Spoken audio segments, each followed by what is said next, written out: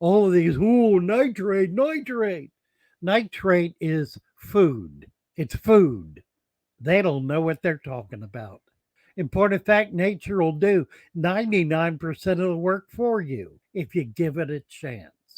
This is Father Fish at his harshest.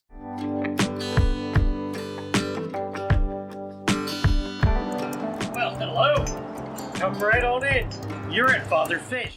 We have been very fortunate, we here at Father Fish, over the past 3 or 4 months, to have had the advice and support of some very skilled and talented people in the YouTube community who have taught us how to make better videos and how to reach a wider audience.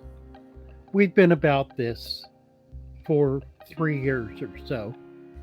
So we're entering our 4th year and are beginning to see some pretty substantial growth. And we're very thankful for that and very appreciative of you and your support for what we're trying to do. As is often the case when someone breaks into an established community with ideas that are unique and that may challenge popular wisdom, there is feedback, even hitback.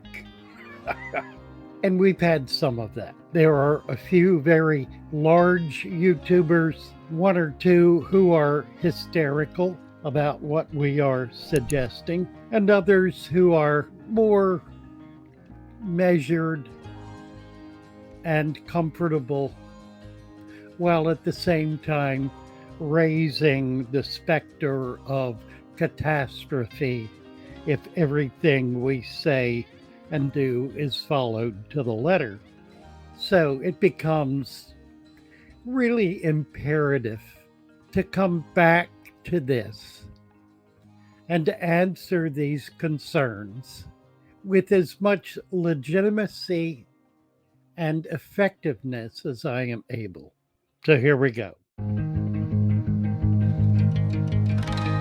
As to the matter of no water changes, water that is healthy, that is to say, in which everything that is living in the water is healthy, the microorganisms, the bacteria, the fish, the inverts, the plants, if they are all healthy, there is absolutely no reason to change water. In point of fact, changing water in a healthy environment creates far more potential for catastrophe than it does benefit.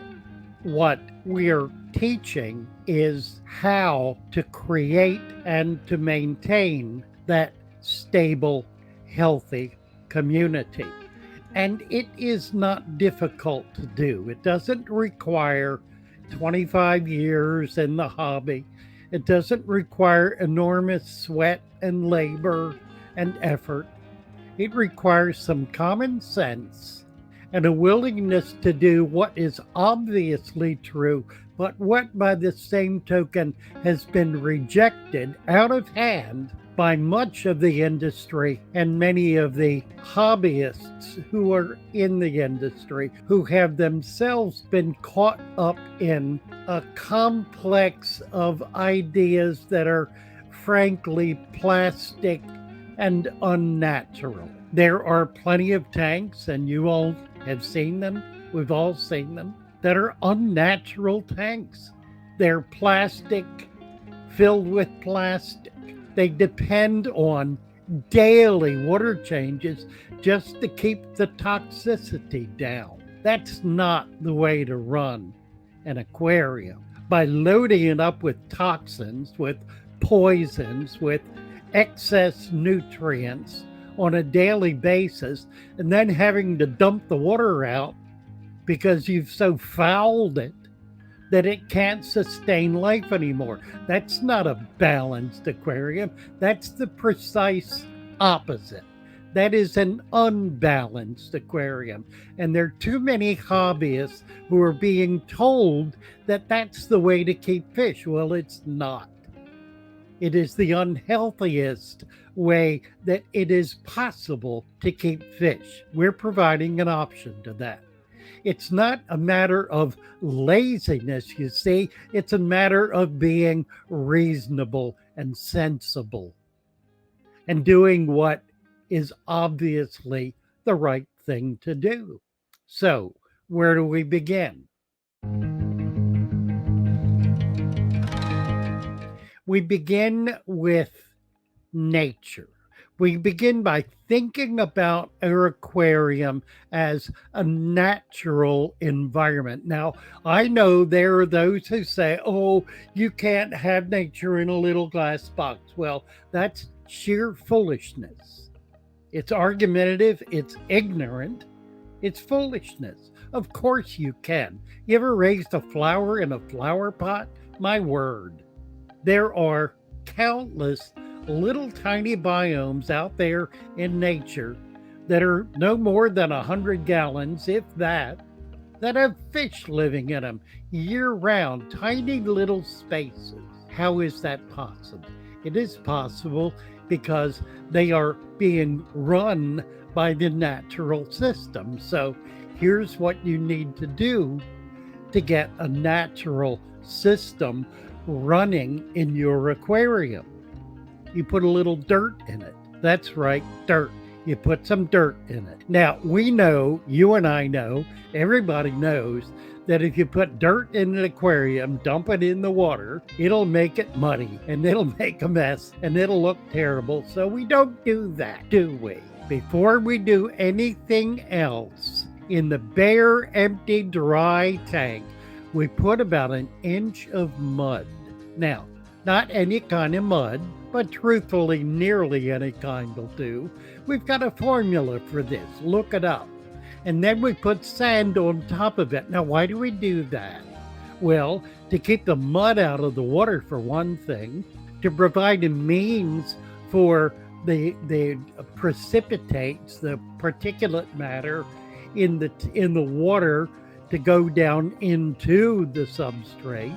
You see, it sifts down into the sand. So we put sand, 2 inches of sand, 1 inch of soil, dirt. And then what? Well, then you fill it up. And then what? Well, then you put plants in it. Then what? And then you put a few fish in it. Then what? And then you put the magic in it. And what's the magic? Dead tree leaves. That's right. Dead tree leaves. All of the research that has been done and is being done on fresh water systems all over the world demonstrate conclusively that the foundation, the nutritional foundation of fresh water systems is tree leaves and all the other things that fall off of the tree. Now, don't go out picking a bunch of tree leaves off a tree, drying them out and throwing them in the tank. Don't do that. You collect the leaves first that are in a little body of water. Why is that? Why? So you can have some of the animals in your tank that are eating those leaves and eating the waste and maintaining the stability of the tank. You see, that's called nature. That's what nature is. Lake Tahoe. And if you know anything about Lake Tahoe, really interesting story. Somebody put some shrimp in Lake Tahoe about 15 years ago. They ate all of the cyclops, that's a little microscopic bug, and all of the daphnia, another one. And guess what happened? It became so murky, loaded with algae, foul, that the government decided they had to spend $1 billion to fix it. Well, fortunately, before they could spend all that money, the shrimp ate all the cyclops and daphnia, starved, died off. The daphnia and cyclops returned, and guess what? The water is clear now. Nature knows how to deal with natural things. Nature has been at it for only 100 million years or so, you really can trust it. You see, the bottom line here is what this is really all about is saying to people who want to keep fish, okay, great, but let's do it in a way that's good for the fish and that allows them to have the kind of environment that they need and want. Now, if we can learn to do that in a fish tank, maybe we can learn to do that outside our door. You see, it's not a matter of controlling carbon. That's ignorant. I'll tell you what that is. Carbon sequestration, controlling carbon, it's the same thing as nitrate sequestration in the fish tank. All of these, oh, nitrate, nitrate. Nitrate is food. It's food. It's food for plants. That's what plants eat. They eat nitrates. Without nitrates, the plants die. Where do nitrates come from? They come from the waste from the fish. You see, it's a cycle. They depend on each other. Same thing is true with carbon. Without carbon, no plants are able to live. Do you know that there are 25% more plants on this earth today than there were 25 years ago? Why is that? Because the carbon has increased. When nitrates go up, plant growth goes up. So here's the bottom line, people. What we're really all about here is nature. We're all about nature, not about plastic plants and plastic substrate and plastic food. Might as well have plastic fish. No, we're all about a natural environment. It is not hard to do.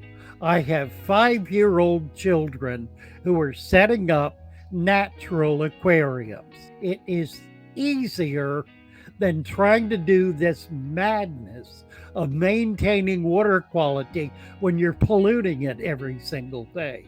So let's get straight about a few things. We're not trying to make things complicated.